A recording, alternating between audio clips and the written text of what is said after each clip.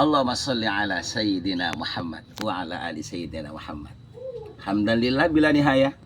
Salatan wa salaman ila Rasulillah bidawami mulkillah. Amma ba'du.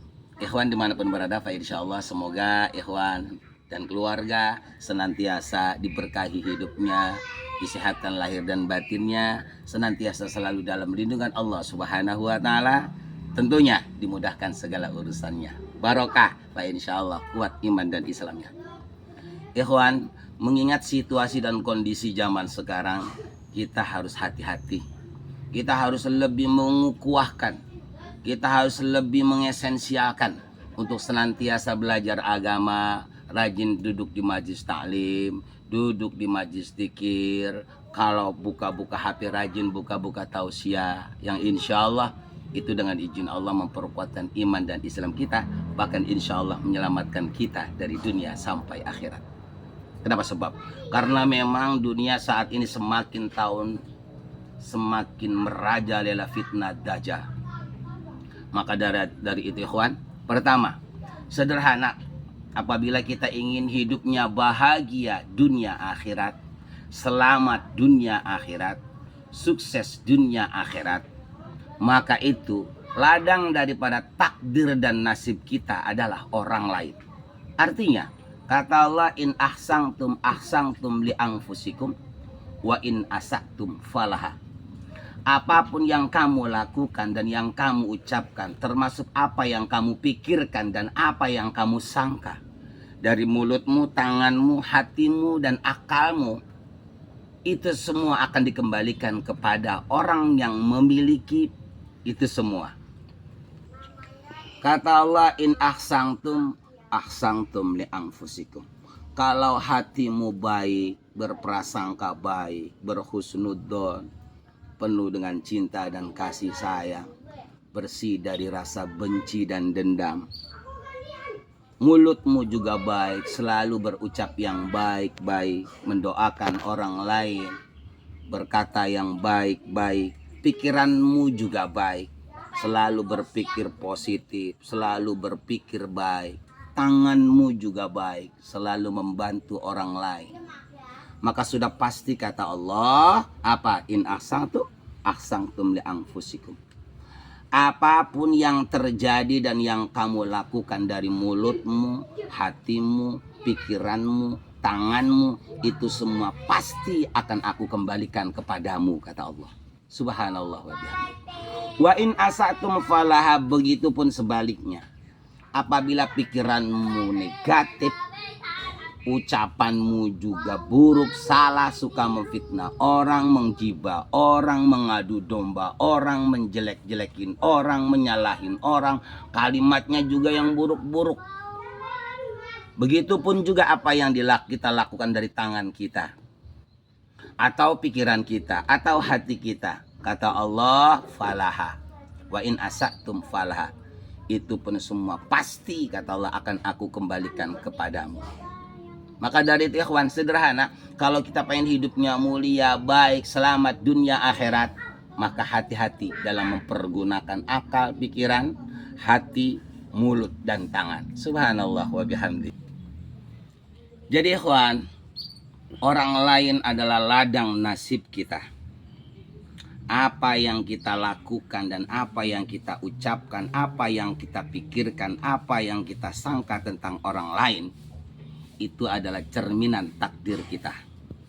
Apabila kita berpikir buruk, berprasangka buruk, berucap buruk, berlaku buruk kepada orang lain, ingat, demi Allah, kata Allah, syarrayyara khairayyara, baik maupun buruk yang telah kita ucapkan, yang telah kita sangka, yang telah kita pikirkan tentang orang lain, akan Allah kembalikan kepada kita walaupun sekecil debu, kata Allah, pasti akan aku perlihatkan padamu.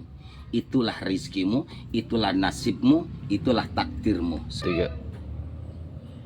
Jadi kalau kita ingin hidup ini lebih banyak bahagianya, lebih banyak sehatnya daripada sakitnya, dimudahkan segala urusannya, banyak yang memuliakan, banyak yang menghormati, banyak yang menghargai, banyak yang menolong, bahkan banyak yang melindungi, banyak yang mencintai, ya.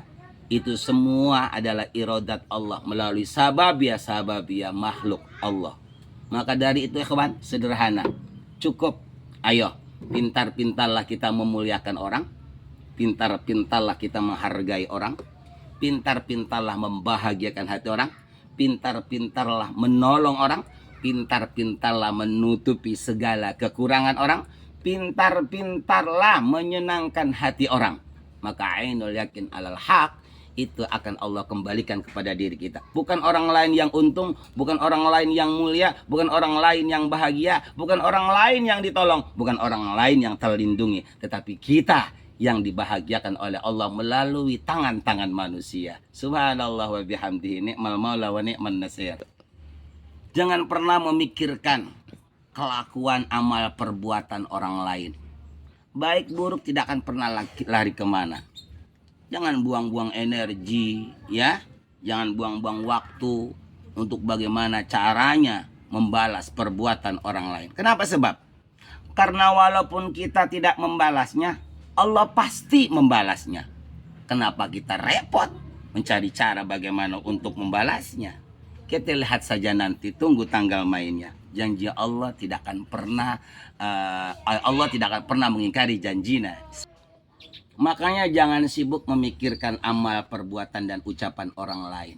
Lebih baik kita sibuk memikirkan apa yang sudah kita ucapkan dan apa yang sudah kita lakukan untuk orang lain. Ikhwanul muslim, adapun nahi mungkar amar ma'ruf, kalau kita melihat keburukan, kebatilan, kesalahan orang lain, Allah itu tidak memerintahkan kita untuk menggibahnya, memfitnahnya, menjelek-jelekannya. Yang Allah perintahkan itu adalah untuk menahi mungkar. Artinya nahi mungkar adalah menasehatinya, mengajaknya. Nah, itu ikhwan, untuk nahi mungkar amar ma'ruf itu tidak harus kita membicarakan keburukan dan kekurangan orang lain itu terhadap orang lain, diceritakan pada orang lain. Kalau itu namanya ghibah dan fitnah. Apalagi sampai kita umpamanya komentar. Pernah kita lihat YouTube, TikTok, kelakuan orang di media sosial. Jangan pernah komentar negatif, komentar salah tentang perilaku orang lain. Itu adalah fitnah, ghibah, dan namimah. Dampak efek negatifnya akan Allah kembalikan kepada orang yang menggibah dan menamimah itu. Pertama, yang dibicarakan dilebur dosanya, yang membicarakan, yang menggibah, naudzubillah summa naudzubillah, dikurangi pahalanya dan akan mendapatkan hukumannya. Subhanallah wa bihamdihi, ni'mal maula wa ni'man nasir. Jadi ya Allah perintahkan kalau kita melihat kemungkaran, kebatilan yang dilakukan dan yang diucapkan oleh orang lain, datangi orangnya, datangi tempatnya. Kalau tidak bisa mendatangi orangnya karena tidak tahu tempatnya, Allah fasilitasi melalui HP-nya, melalui WA-nya, melalui nomornya, dan lain sebagainya. Tapi jangan pernah nasihat kita, ucapan kita itu dibaca, diketahui oleh orang lain. Itu bukan nahi mungkar amar ma'ruf, namanya menggibah, menfitnah, ngadu domba, membuka aurat orang lain. Subhanallah wa bihamdihi. Jadi ikhwan, sederhananya, kalau kita ingin bahagia, hidupnya barokah, selalu mendapatkan kebaikan, dimudahkan segala urusannya, ditutupi segala kekurangannya. Sederhana. Cukup dengan memuliakan orang, membahagiakan orang, menolong orang, melindungi orang, menutupi kesalahan dan keburukan orang lain. Itu saja. Begitupun sebaliknya. Naudzubillah summa naudzubillah. Apapun yang kita lakukan pada orang lain, umpama naudzubillah memfitnah, menggibah, mencela, berpikir negatif, berprasangka buruk kepada orang lain, itu juga Allah akan kembalikan kepada orang pemilik daripada prasangka buruk, ucapan buruk, pikiran negatif. Subhanallah wa bihamdi. Karena Rasulullah mengatakan begini, la yuslimu abdun hatta yaslama nasu min qalbihi wa lisanihi wa yadihi. Tidak akan pernah sukses. Siapapun orangnya tidak akan pernah sukses, tidak akan bahagia, tidak akan pernah selamat. Bahkan naudzubillah cilaka, bahkan naudzubillah summa naudzubillah, dia akan senantiasa mendapatkan keburukan. Siapa? Bagi orang yang la hatta yaslama nasu min qalbihi, yang hatinya selalu berprasangka buruk kepada orang lain, yang hatinya selalu membenci orang lain, yang hatinya selalu dendam terhadap orang lain, penuh dengan hasud, penuh dengan kebencian, penuh dengan dendam, penuh dengan prasangka buruk. Satu. Dan yang kedua, orang yang tidak akan pernah sukses, tidak akan pernah selamat dan bahagia. Artinya hidupnya selalu penuh dengan petaka, musibah, kecelakaan dan keburukan, naudzubillah, terjadi pada dirinya apabila warisanihi, ucapannya selalu mencela orang, menyakiti orang, ngomongin orang, ngegibah orang, memfitnah orang, jelek-jelekin orang. Subhanallah. Dan yang ketiga kata Rasulullah, wayadihi, siapapun orangnya tidak akan pernah selamat, tidak akan bahagia, tidak akan pernah sukses. Sebaliknya, orang itu akan cilaka, penuh dengan musibah dan penderitaan. Hidupnya tidak barokah. Bagi orang yang tangannya, naudzubillah, suka menyakiti orang, mendolimi orang, mencuri barang orang, mengambil hak orang dan lain sebagainya. Jadi ikhwan, orang lain itu adalah cerminan takdir kita. Orang lain itu adalah ladang nasib kita. Apa yang kita lakukan, apa yang kita ucapkan, apa yang kita sangka, apa yang kita pikirkan tentang orang lain, itu adalah nasib kita. Itu adalah takdir kita. Makanya Kanjeng Syekh Abdul Qadir Jailani senantiasa menekankan kepada kita untuk bisa menjaga diri kita, menyelamatkan diri kita, membahagiakan diri kita itu dari orang lain. Kata Kanjeng Syekh, kun ma'al khalqi ka'alla nafsun. Kalau kamu pengen bahagia dunia akhirat, kalau kamu pengen selamat dunia akhirat, utamakan orang lain, muliakan orang lain, hormati orang lain, tolong orang lain, sayangi orang lain, lindungi orang lain, tutupi kekurangan orang lain. Jadikan orang lain adalah kita, kita adalah orang lain. Subhanallah wa bihamdihi, la haula wala quwata illa billahil aliyil azim. Untuk senantiasa kita bisa mengamalkan itu semua, tentu jalannya insya Allah adalah ngaji.